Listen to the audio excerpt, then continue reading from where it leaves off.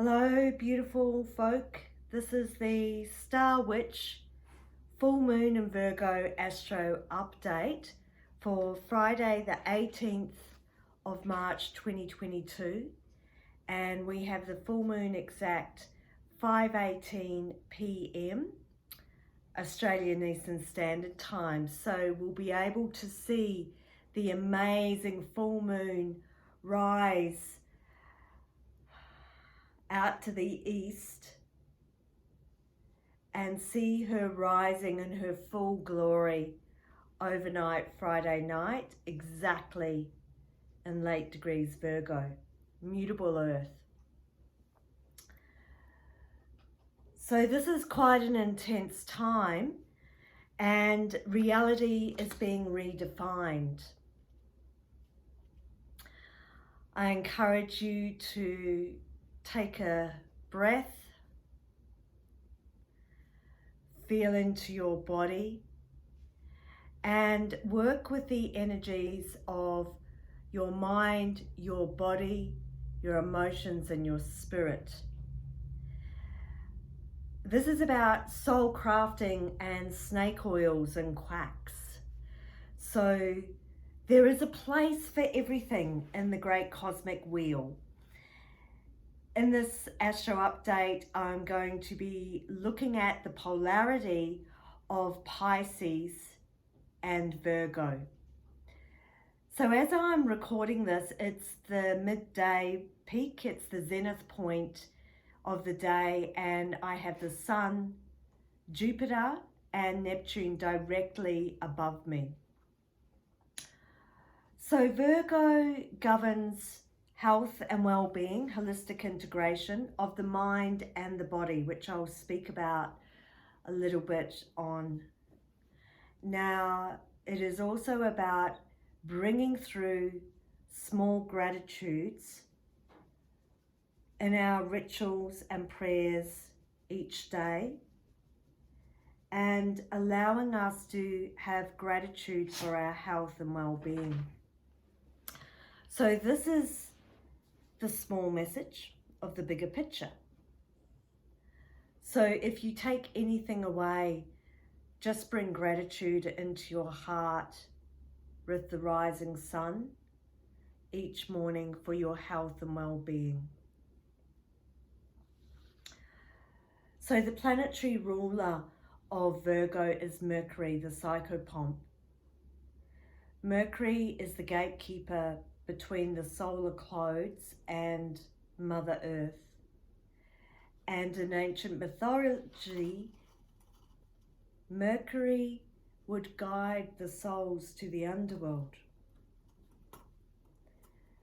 In this particular full moon chart, which I'm working with today, Hygieia, the goddess of healing,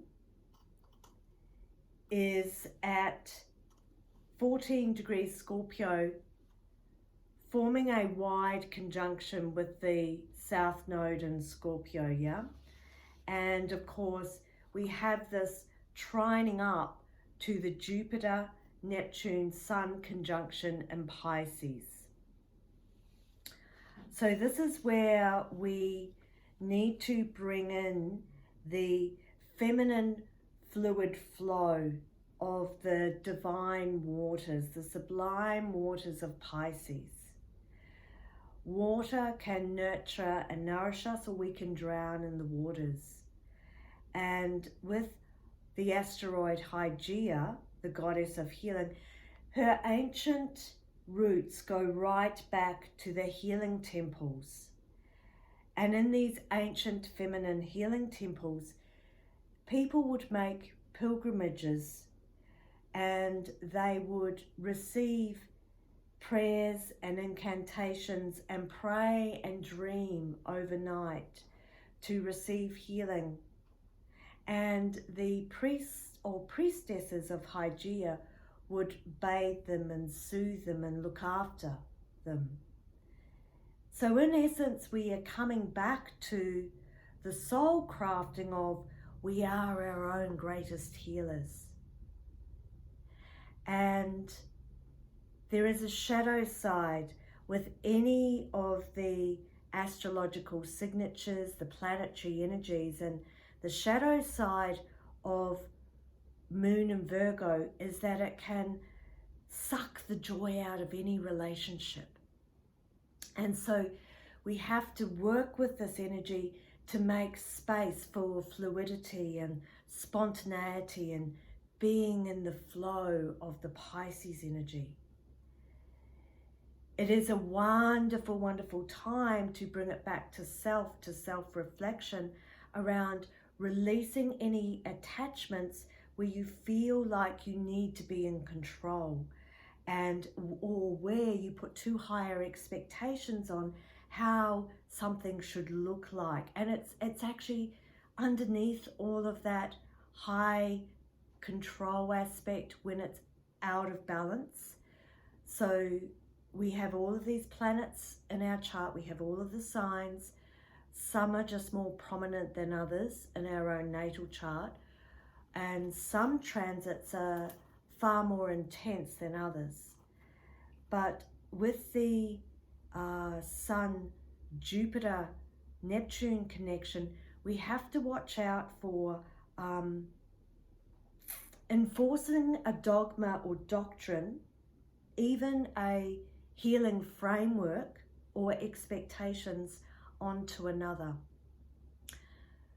Jupiter is in the mix with this, and Jupiter is the great amplifier, and it governs higher spiritual learning and is the benefic planet that allows wisdom to come through and expansion, but it also amplifies what is already there. So if it is in the dance with Neptune around disillusionment and the Sun is the ego, we have a really potent combination that could flip out into a very shadow side of being expressed. And this can also be displayed through the Virgo energy of the healer. And we need to bring it back to being in service to others with a strong framework for ourselves, but are not imposing a dogma or a doctrine onto others through an egoic reference point. This is all here in the energies of the astrology transits. And so with this, we are our greatest healers, and taking it back to we can spend time in nature, listening to the codes of nature and the elements, and also exploring if we have a higher faith, a higher love in the divine, whatever the divine is for you.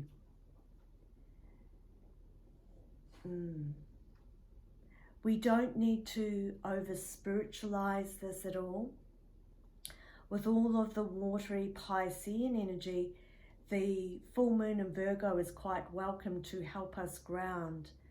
And there is a focus on the Virgoan energy that needs to undergo a transmutation or a refinement.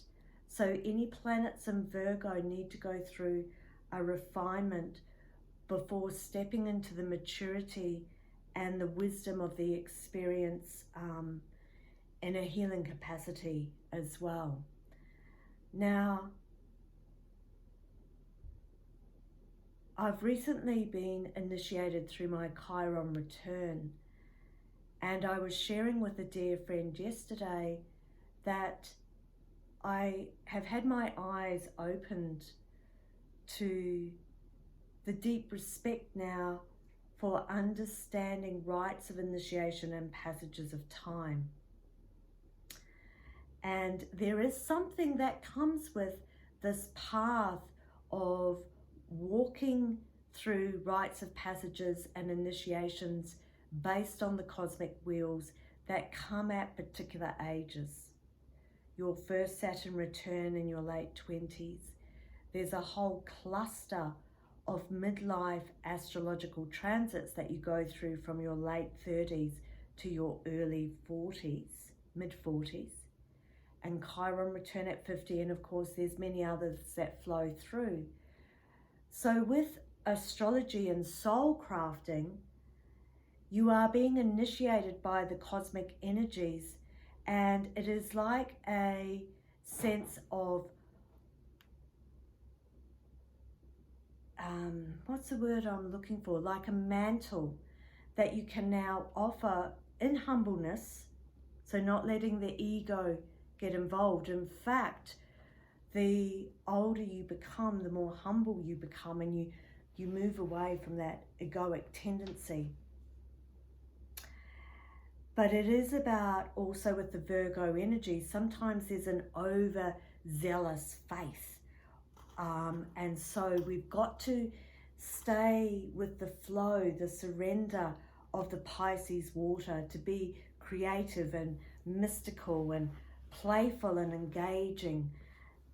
The elemental spirits love to be mischievous and play and have fun with you. So please do not get too serious or attached to the craft and how it has to be. Or otherwise you're not worthy to receive. And I jest, but I don't, because there is still a lot of snake oils and deception around the Hygieia conjunct the South Node in Scorpio. A lot is being stirred up around the shadow egoic side of power and control and manipulation, and it is squaring Saturn in Aquarius. So whatever you're offering, stay in your craft, stay in your expertise. Keep compassion alive in your heart and be kind to each other. And above all else, release the judgment. Release that strong Virgoan sense of everything needs to be in a particular order for everyone to succeed. Your way is not the other's way. We need to come back to oneness, but also to understand the path of individuation with magic and soul crafting is paramount to the individual soul, which is why I work with transpersonal philosophies, in the sense that I have the deepest faith that the individual's own intelligence knows what is right for the individual, and that space holder, the sacred temenos, is about holding the sacred space as a spiritual midwife, focused listening, and person-centered therapy, allowing the other person to share their world with you, not for you as a healer in your ego to impose your world on them. And of course, there's movement in this. Of course there's boundaries, absolutely. Reality is being redefined. So with this, we are moving into an astrological new year on the equinox. So next week we are shifting from this very mutable, watery, dreamy energy that is for some causing a lot of confusion and disillusionment. We're moving into the fire energy, the cardinal fire of Aries. And then when Jupiter moves into Aries, later in April, we're going to be experiencing a whole different elemental signature to this makeup. So, redefining your craft, redefining yourself, and allowing the beauty and the grace of the healing, and being aware that the shadow aspects are being stirred up with these nodes of fate,